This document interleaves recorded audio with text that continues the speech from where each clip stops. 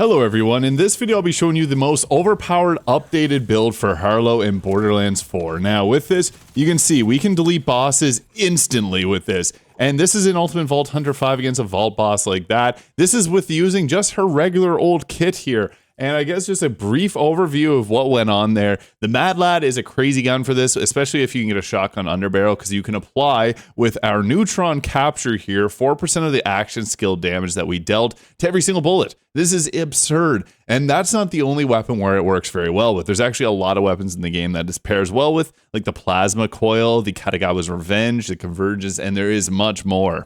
This is mostly focused around radiation damage and cryo damage, but we have other ways to manipulate and use different elements as well. I'll start from the beginning here. The field ready prototype is great. Now we want everything that can possibly boost up our action skill damage, because at level 6 we get the best augment in arguably Borderlands history, because this is so crazy. This will take 4% of the action skill damage dealt again and adding it to our gun. This works great throughout the entire game because there's so many fast firing guns that are going to benefit greatly from this. And anytime that we can boost up our action skill damage, we want to take it because this will further enhance this. Now, I like to also take the elemental damage here, so this will give us also increased status effect damage. This is mostly to take us down to the enriched here because our action skill does radiation and cryo damage. So this is an elemental damage boost. This is a boost to the radiation damage. It's perfect. Now, I also like to grab the elephant's foot here. Whenever our shield break, we get deal radiation damage to all entangled enemies, and we get over shield. So this is just a nice way to spend 1 point. And for the last point, you can either take PPE for extra shield or go with the cyclotron for a faster fire rate. This will give us higher DPS. Everything else here doesn't really apply to this build. Now, I want to get down and take the Demon Core as quickly as possible because this boosts our DPS even further. So we're going to go ahead here with the Poison Sun, which gives us a further increased damage boost to radiation of 30% and get a 60% increase irradiation chance. Now, we got a couple really good options here. I like this one, which will give us a bonus of radiation damage to entangled enemies at 18% damage dealt. And bonus damage is a nice way to add additional extra damage off, so that 18% actually ends up being a little bit more. And then we can also take the Fissile Launcher here. So whenever we damage an irradiated enemy or an entangled enemy, we shoot radiation darts at another enemy. You can take this another way up, but it has a cooldown of 2 seconds, and the damage boost is only going to be 1,000 from this, so we're not really too concerned with it. You can get the critical hit chance against enemies with radiation, but I actually don't think it's good to continue with that. We just want to grab the Demon Core here, and we're going to grab the Dirty Bomb. Whenever we irradiate an enemy, we create an explosion on that enemy, doing 40% of the total irradiated damage. This is a further huge increase to our damage. The Wasted doesn't actually do a whole lot. Hazard damage has been getting buffed, so this may be better later on, but for right now, not that good. Now, personally, I like to go to the green skill at this point because we have some really nice abilities here, which is going to increase our action skill damage and will increase our overall gun damage and also give us our action skill back pretty quickly. So I typically like to go with the momentum here. Whenever you entangle the enemy, we deal increased critical hit damage. We want to try and get as many crits as possible. And then we're going to go here and take, whenever we irradiate an enemy, we gain increased gun damage. So that gives us 10% per stacks for 50% extra gun damage, which is crazy because gun damage will also get applied to our action skill with the specific I am a gun specialization.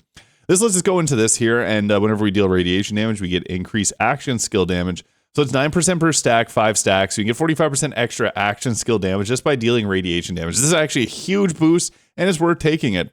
I also like to take at least 1 point in Confirmist Reality. I also have this from a class mod. So whenever we shoot an entangled enemy, we restore 1% of our action skill cooldown. This is crazy because certain guns, like you saw with the madlad, can hit many, many times. And things with Katagawa's Revenge will also give us this back immediately. So at least 2 points is nice here. I'm not going to go with any more.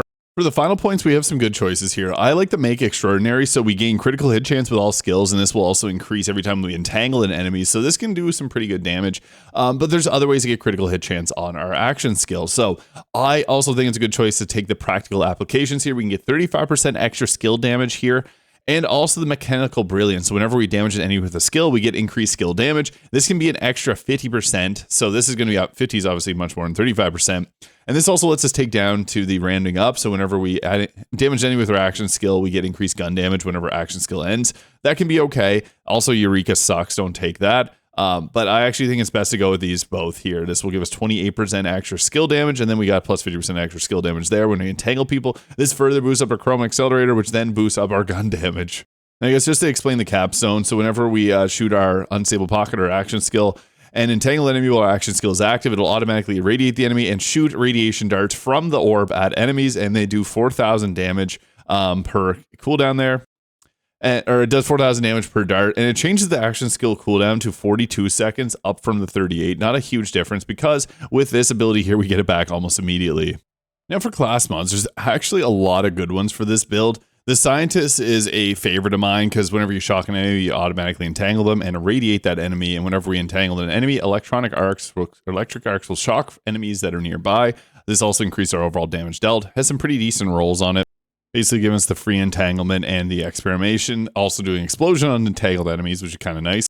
I like this one here. I got really good rolls on the skill points too. That's giving us the action skill back. Whenever we entangle an enemy, we create cryo and radiation hazards. This isn't the best ability. The biorobot's okay, but this one came with plus 45% hazard damage, just boosts up the damage a little bit, but also 30% skill damage. This is actually really nice because this further boosts up our action skill, which is what we want.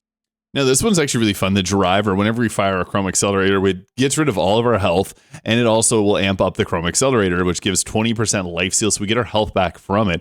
And this gives us a flat out 10% life steal, so we're constantly recovering our health. This can be pretty fun if you want a little bit more risky reward. Scientist is probably the best overall, but I like the rolls that I got in the Biorobot, so that's what I'm going to be rolling with.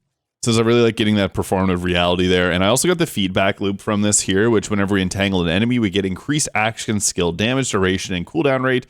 So the extra damage is 6% per stack, and we get 5 stacks or 30% extra damage, which is really nice because we're going to entangle multiple enemies really easily. So this one actually boosts up our damage quite a bit because that's 30% from this and then 30% from the class mod itself. That's a huge boost to our damage. I also like to go with the protein cell. This is crazy because we can get a 40% boost to shock damage if we do a ground slam. And then we also get a big boost to the damage from this one. You could also go, if you wanted the lifesteal, to use the Timekeeper's new shield, which gives us no shield but all health, and that can be good with lifesteal. Then Fireworks is always good for mobbing. Watts for dinner typically is pretty good, especially if you can get the ability to drain energy from the enemy, but this will amp up our shots here. Cinder Shelly is also quite a nice shield as well. Now, we want to always find this here with the increased Jacob's License bounce pass ability on the enhancement. There's a lot better ones here. Like you can get ones that increase your gun damage. That's so much better. I unfortunately only rolled one with pistol accuracy, which is terrible, but the Jacob's License one is really what we want. And paired with the Jacob's Critical Hit Knife is crazy. Although the Waterfall Grenade is great here, the Blockbuster also pretty effective. A Vampiric Slippy can be good too, but I just like the Critical Hit Knife because with certain guns, it gets crazy. Now, we want to have the triple bypass here, especially if you can get the amp shot, which increases the damage of your next shot. This is pretty crazy. And furthermore, this with a specific, now with caffeine specialization allows you to get your action skill back almost immediately. Guns, the fun part. I think Katagawa's Revenge is by far the best. She used to work for Maliwan. It's a Maliwan gun. It makes sense. The shock one is the one we want to use, especially if you can find a Jacob's License accessory. This will further boost up the DPS, especially with the bounce pass. If you don't have it, don't worry. It's still good without it, but this would be the best optimal roll. I also like the Plasma Coil, 8-round burst. It applies our damage really quickly. You saw at the start, Madlad is absolutely the best, especially with the Daedalus shotgun attachment. Convergence shotgun, also extremely useful too. I'm also a fan of Aegon's Dream here, which will replenish ammunition here, and it can also chain around to multiple enemies. Lucian's Flank, another really good one. This was the one that replenishes ammo, and it shoots very fast, 11.5 rounds per second. And against any enemies that are vile with the crystals, use the Wombo combo to break them up. This one also shoots really quickly too. And another one that I like is a Golden God shotgun. It has 4-round burst, but it shoots really fast as well, and it can continuously shoot till you run out of ammo. And for our specializations, this comes together when we got the Honed Mind. Action skills have a chance to critically hit enemies and also gain increased action skill critical hit damage. This is crazy.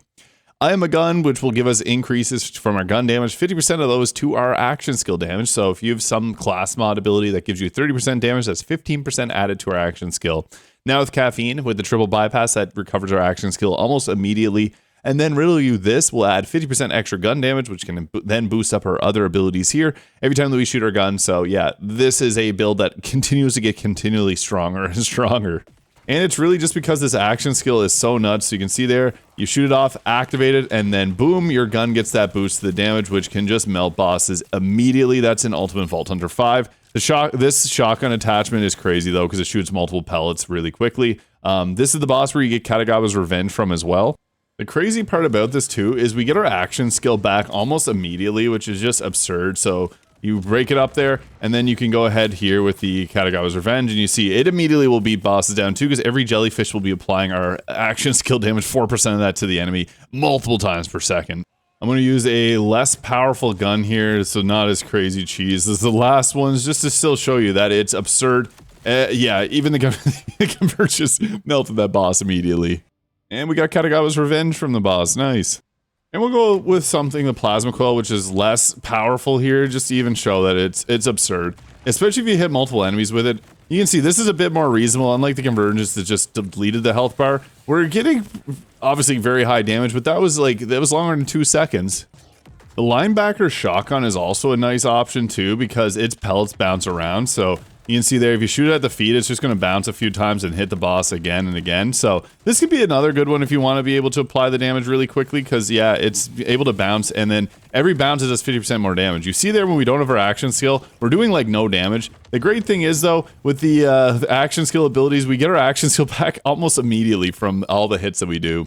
So yeah, in closing, I think this is the most powerful build in Borderlands 4. It's just absurd the damage potential you can get from this on a lot of guns. I didn't even use my action skill to its greatest potential there, but the more damage you do with your action skill, the more you apply onto your gun. That was adding 38k onto every single bullet. So yeah, it melts bosses. This is, I think, to be the strongest build in all of Borderlands 4. So let me know your thoughts in the comments. Hit the subscribe button below if you enjoyed this video, and I hope you have a great day. We'll catch y'all in the next one.